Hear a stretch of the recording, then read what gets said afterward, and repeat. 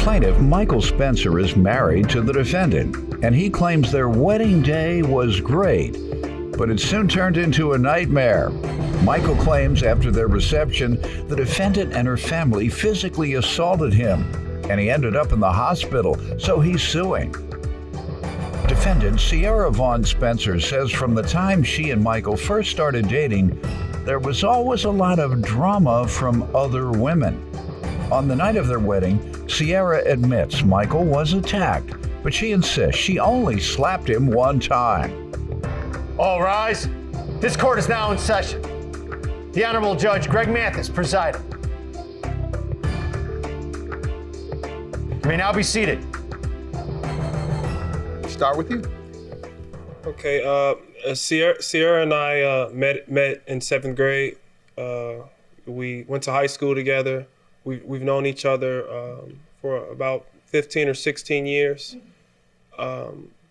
We had, after high school and a couple years of college, we found life put us back together, and we ended up having a couple children, and decided to get married and do things the right way. Good. When did you get married? April 28th of 2019. Okay. And how did things go? The day was great. The day started off great. We had the traditional ceremony. My family was there. Her family was there. A great time. Everybody enjoyed it. We enjoyed it. And then after our ceremony and everything, things kind of took a turn for the worse. That night? That night. How so? Tell me what happened. Behind our venue was the hotel that I was staying at. I left the venue with our son. Prior to going to the hotel room, I was asked to come back and help with some things. I was exhausted, had a long day, did a lot of traveling prior to getting married, bachelor parties, stuff like that. That's what I was about to say. Don't blame it on nothing but that bachelor party. Like he's working a lot. Yeah, I was working a lot and all that. You was getting high and freaking the night before marriage. Go ahead. So I was in Vegas and LA. Vegas. Well, you was really freaking. Yeah. You was high powered. You went wow. You went to both Sodom and Gomorrah.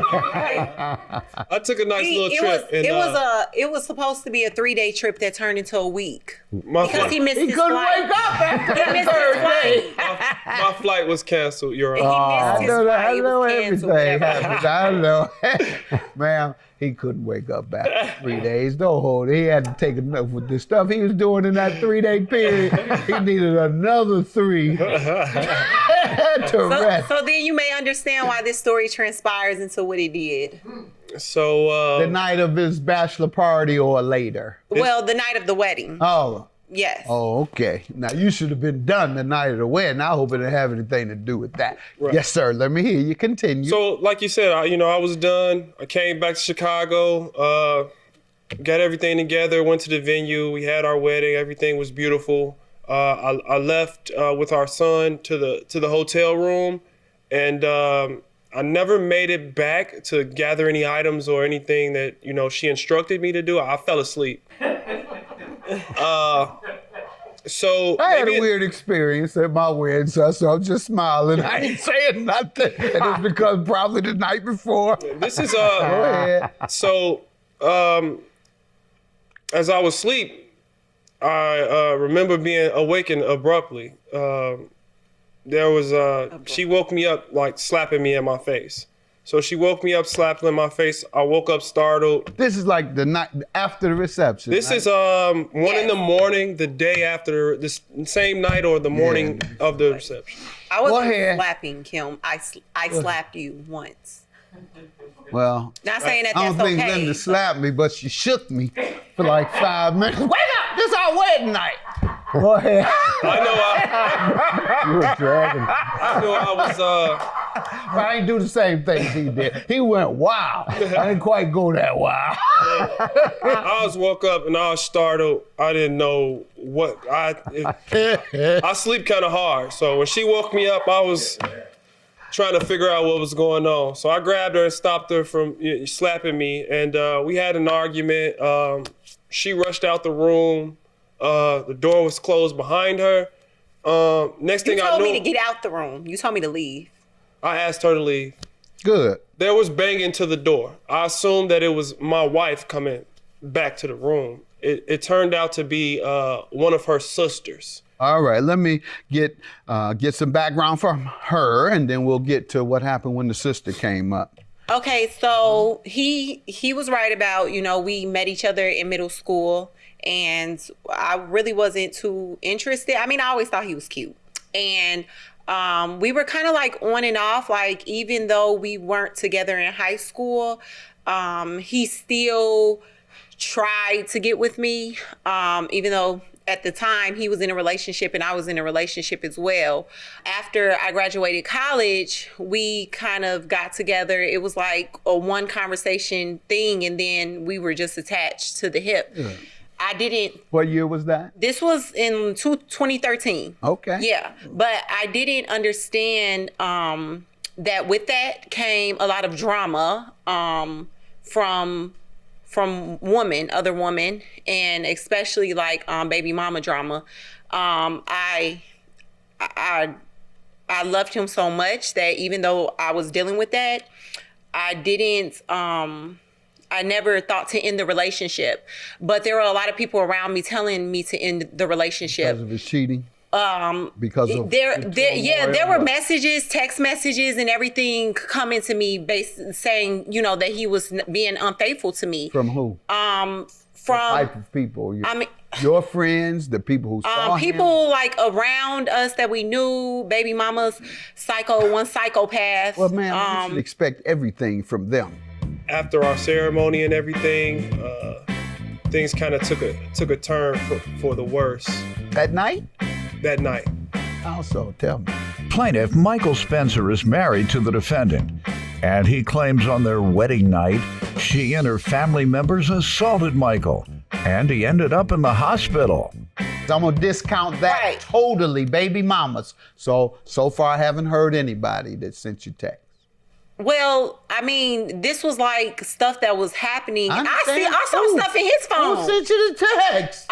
I saw stuff in his phone. Okay, you're not going to answer that question. I really don't know. They were like anonymous. Oh, okay. Sending like through anonymous, like making fake pages. So you certainly can't rely on anonymous texts. Could be the friends that are jealous of you. Yes, go ahead, because you have a handsome boyfriend. And so what happened with the incident the night of the wedding when you came to the room, ma'am? Okay, so the night of the wedding, when I came to the room, it was like all of those emotions kind of like built up just from everything that I was receiving from other people.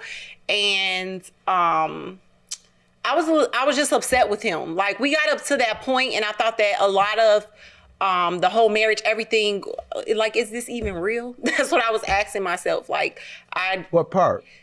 I don't think I was as happy as I should have been. Like, I feel like the whole planning process, everything should have been about me and him and I, but there were other people and other factors that kept getting in between it. Okay, so other people made you unhappy about your wedding.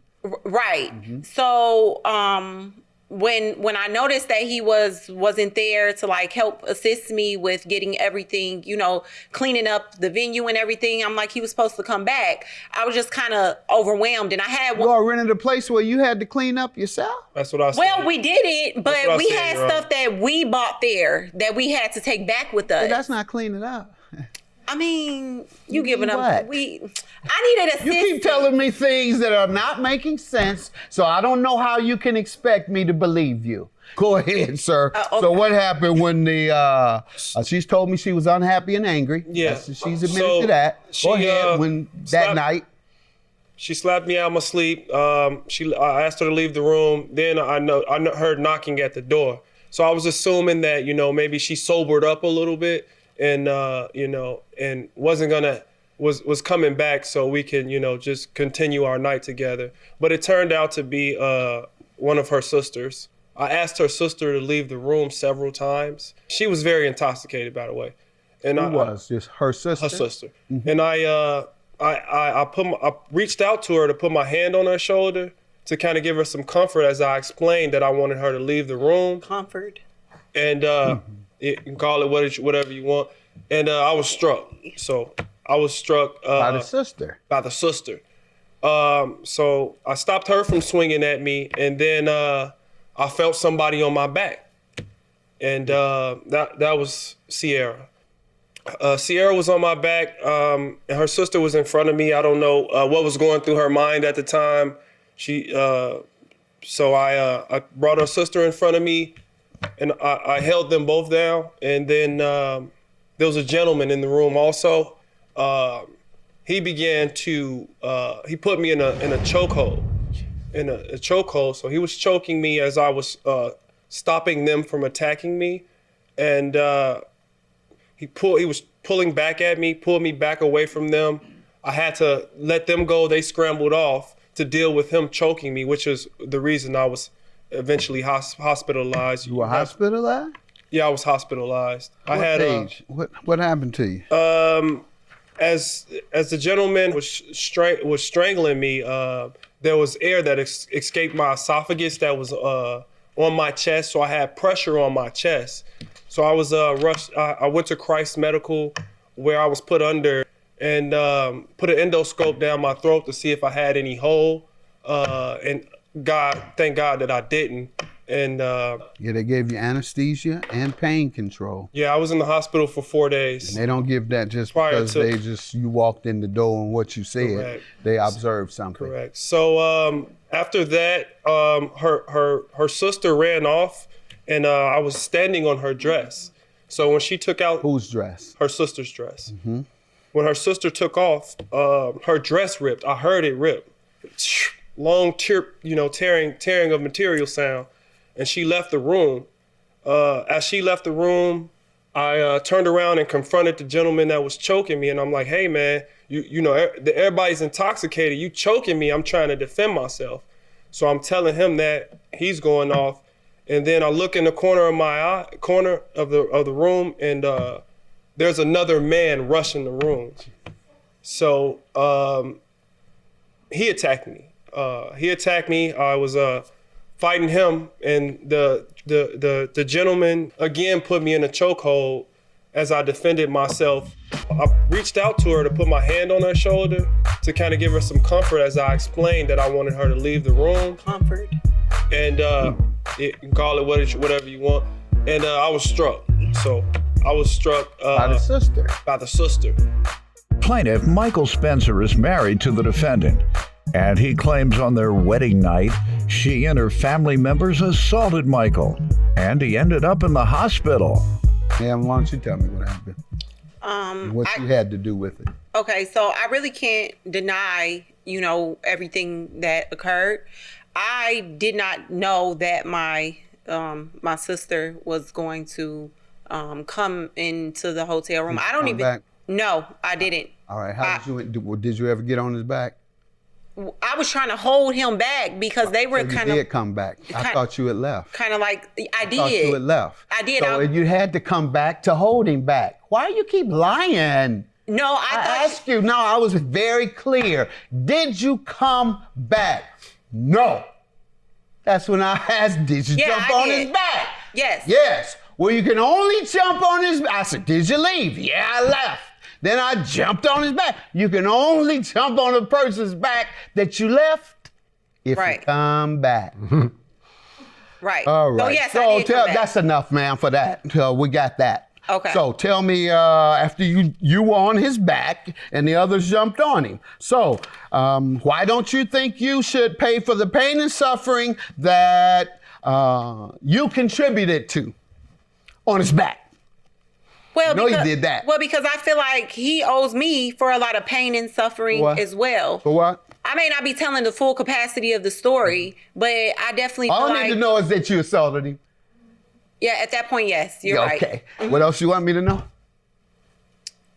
All right, 4,800 is your judgment. Your wife admits to assaulting you, and during that process, several others jumped you, so much so that you had to go to the hospital, be put under through anesthesia and then continue with pain medicine. Certainly that deserves that. Otherwise, if it wasn't physical, husband and wife can't sue each other for the most part. Judges won't recognize that, just fussing and arguing. However, when it turns physical, the married couples, one spouse can get a judgment if they're the victim of the other one. Have a good day. Judgment for the plaintiff.